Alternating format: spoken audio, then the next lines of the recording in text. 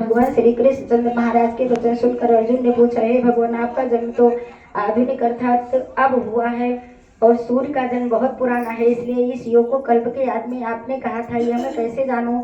इस पर श्री कृष्ण महाराज बोले, हे अर्जुन, मेरे और तेरे बहुत से जन्म हो चुके हैं, परंतु हे परंतप, उन सब तू नहीं जानता है और मैं जानता हूँ। मेरा जन्म प्राकृत मनुष्यों के सदृश नहीं है। मैं अविनाशी स्वरूप जन्मा होने पर भी तथा सब भूत प्राणियों का ईश्वर होने पर भी अपने प्रकृति को अधीन करके योग माया से प्रकट होता हूँ। हे भारत, जब जब धर्म की हानि और अधर्म की वृद्धि होती है, तब तभी मैं अपने रूप को रचता हूँ अर्थात प्रकट करता हूँ, क्योंकि साधु पुरुषों का उद्धार करने के लिए और दूषित कर्म करने वालों का नाश करने के लिए तथा धर्म स्थापन करने के लिए युग युग में प्रकट होता हूँ। इसलिए हे अर्जुन, मेरा यह जन्म और कर्म दिव्य अर्थात अलौकिक है। इस प्रकार जो पुरुष तत्व से जानता है, वो शरीर को त्याग कर फिर जन्म को नहीं प्राप्त होता, किंतु मुझे ही प्राप्त होता है। हे अर्जुन, पहले भी राग, भय और क्रोध से रहित अनन्य भाव से मेरे में स्थित वाले मेरे शरण हुए बहुत से पुरुष ज्ञान रूप तब से पवित्र हुए मेरे स्वरूप को प्राप्त हो चुके हैं। क्योंकि हे अर्जुन, जो मेरे को जैसे भजते हैं, मैं भी उनको वैसे ही भजता हूँ। इस रहस्य को जानकर हे बुद्धिमान मनुष्यगण सब प्रकार से मेरे मार्ग के अनुसार बरतते हैं। जो मेरे को तत्व से नहीं जानते हैं, वे पुरुष इस मनुष्य लोक में कर्मों के फल को चाहते हुए देवताओं को पूजते हैं और उनके कर्मों से उत्पन्न हुई सिद्धि भी शीघ्र ही होती है, परंतु उनको मेरी प्राप्ति नहीं होती। इसलिए तो मेरे को ही सब प्रकार से भज। हे अर्जुन, गुण और कर्मों के विभाग से ब्राह्मण, क्षत्रिय, वैश्य और शूद्र मेरे द्वारा रचे गए हैं। उनके कर्ता को भी मुझ अविनाशी परमेश्वर को तू करता ही जान, क्योंकि कर्मों के फल में मेरी स्पृहा नहीं है, इसलिए मेरे को कर्म लिपायमान नहीं करते। इस प्रकार जो मेरे को तत्व से जानता है, वो भी कर्मों से नहीं बनता तथा पहले होने वाले मुमुक्षु पुरुषों द्वारा भी इस प्रकार जानकर ही कर्म किया गया है। इससे तू ही पूर्वजों द्वारा सदा से किए हुए कर्म को ही कर, परंतु कर्म क्या है और कर्म क्या है, ऐसे इस विषय में बुद्धिमान पुरुष भी मोहित होते हैं। इसलिए मैं वह कर्म अर्थात कर्मों का तत्व तेरे लिए अच्छी प्रकार कहूंगा कि जिसको जानकर तू अशुभ तथा अर्थात संसार बंधन से छूट जाएगा। कर्म का स्वरूप भी जानना चाहिए और कर्म का स्वरूप भी जानना चाहिए तथा निषिद्ध कर्म का स्वरूप भी जानना चाहिए, क्योंकि कर्म की गति गहन है। जो पुरुष कर्म में अर्थात अहंकार रहित की हुई संपूर्ण चेष्टाओं में अकर्म अर्थात वास्तव में उनका न होना पना देखे, और जो पुरुष अकर्म में अर्थात अज्ञानी पुरुष द्वारा किए हुए संपूर्ण क्रियाओं के त्याग में भी कर्म को अर्थात त्याग रूप क्रिया को देखे, वो पुरुष मनुष्यों में बुद्धिमान है और वो योगी संपूर्ण कर्मों को करने वाला है। हे अर्जुन, जिसके संपूर्ण कार्य कामना और संकल्प से रहित हैं, वो ऐसे उस ज्ञान रूप अग्नि द्वारा भस्म हुए कर्मों वाले पुरुष को ज्ञानी जन भी पंडित कहते हैं। जो पुरुष सांसारिक आश्रय से रहित सदा परमानंद परमात्मा में तृप्त हैं, वो कर्मों के फल और संग अर्थात कर्तृत्व अभिमान को त्याग कर कर्म में अच्छी प्रकार बरतता हुआ भी कुछ भी नहीं करता है।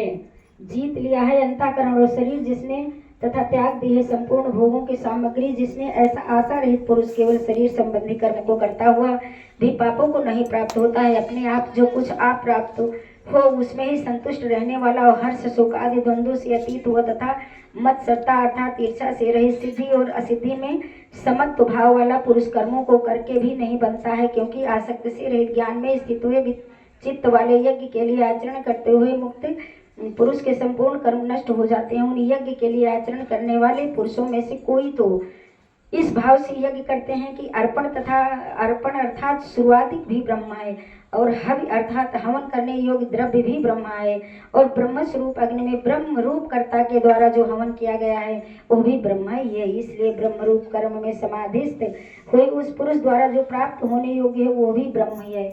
और दूसरे योगी जन देवताओं के पूजन रूप यज्ञ को ही अच्छी प्रकार उपासते हैं अर्थात करते हैं, और दूसरे ज्ञानी जन पर ब्रह्म परमात्मा रूप अग्नि में यज्ञ के द्वारा ही यज्ञ को हवन करते हैं।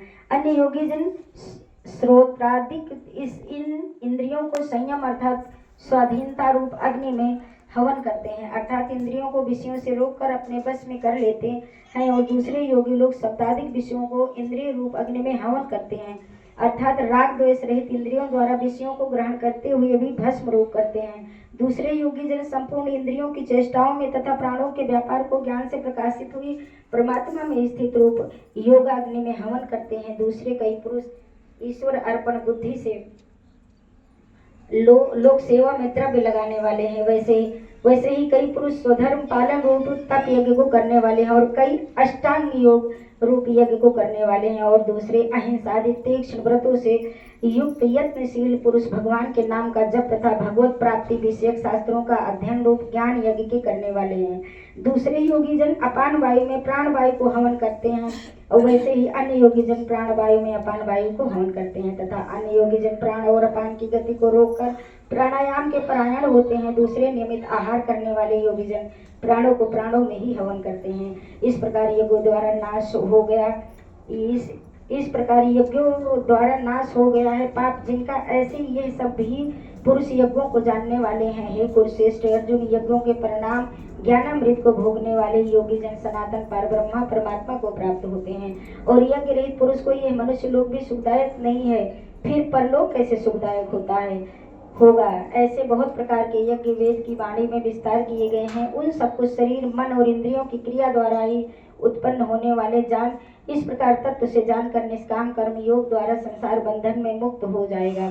हे अर्जुन, सांसारिक वस्तुओं से सिद्ध होने वाले यज्ञ से ज्ञान रूप यज्ञ सब प्रकार श्रेष्ठ है, क्योंकि हे पार्थ संपूर्ण यावन मात्र कर्म ये ज्ञान में शेष होते हैं, अर्थात ज्ञान उनकी पराकाष्ठा है। इसलिए तत्व को जानने वाले ज्ञानी पुरुषों से भली प्रकार दंडवत प्रणाम तथा सेवा और निष्कपट भाव से किए हुए प्रश्न द्वारा उस ज्ञान को जान हुए मर्म को जानने वाले ज्ञानी जन तुझे उस ज्ञान का उपदेश करेंगे कि जिसके जानकर तू फिर इस प्रकार मोह को प्राप्त नहीं होगा।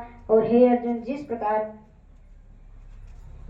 जिस ज्ञान के द्वारा सर्वव्यापी अनंत चेतन रूप हुआ अपने अनंत अंतर्गत समष्टि बुद्धि के आधार संपूर्ण भूतों को देखेगा और उसके उपरांत मेरे में अर्थात सच्चिदानंद स्वरूप में एक ही भाव हुआ सच्चिदानंदमय ही देखेगा। यदि तू सब पापियों से भी अधिक पाप करने वाला है तो ज्ञान रूप नौका द्वारा निसंदेह संपूर्ण पापों को अच्छी प्रकार तर जाएगा। हे अर्जुन, जैसे प्रज्वलित अग्नि ईंधन को भस्ममय कर देता है, वैसे ही ज्ञान रूप अग्नि संपूर्ण कर्मों को भस्ममय कर देता है। इसलिए इस संसार में ज्ञान के समान पवित्र करने वाला निसंदेह कुछ भी नहीं है। उस ज्ञान को कितने काल से अपने आप समत्व बुद्धि रूप योग के द्वारा अच्छी प्रकार शुद्धांतःकरण हुआ पुरुष आत्मा में अनुभव करता है। हे अर्जुन, जितेंद्रिय तत्पर हुआ श्रद्धावान पुरुष ज्ञान को प्राप्त होता है। ज्ञान को प्राप्त होकर तत्क्षण भगवत प्राप्ति रूप परम शांति को प्राप्त हो जाता है। हे अर्जुन, भगवत विषय को न जानने वाला तथा श्रद्धा रहित और संशय युक्त पुरुष परमार्थ से भ्रष्ट हो जाता है। उनमें भी संशय युक्त पुरुष के लिए तो ना सुख है और ना यह लोक ना परलोक है, अर्थात यह लोक और परलोक दोनों ही उसके लिए भ्रष्ट हो जाते हैं। हे धनंजय, समस्त बुद्धि रूप योग द्वारा भगवत दर्पण कर दिए हैं संपूर्ण कर्म जिसने और ज्ञान द्वारा नष्ट हो गए वो सब संशय जिसके ऐसे परमात्मा परायण पुरुष को कर्म नहीं बांधते हैं। इससे हे भारतवंशी अर्जुन, तू समस्त बुद्धि रूप योग में स्थित हो और अज्ञान से उत्पन्न हुए हृदय में स्थिति अपने संशय को ज्ञान रूप तलवार द्वारा छेदन करके युद्ध के लिए खड़ा हो। इस श्रीमद् भगवद गीता रूपी उपनिषद एवं ब्रह्म विद्या तथा योग शास्त्र विषय श्री कृष्ण और अर्जुन के संवाद में ज्ञान कर्म संन्यास योग नामक चौथा अध्याय।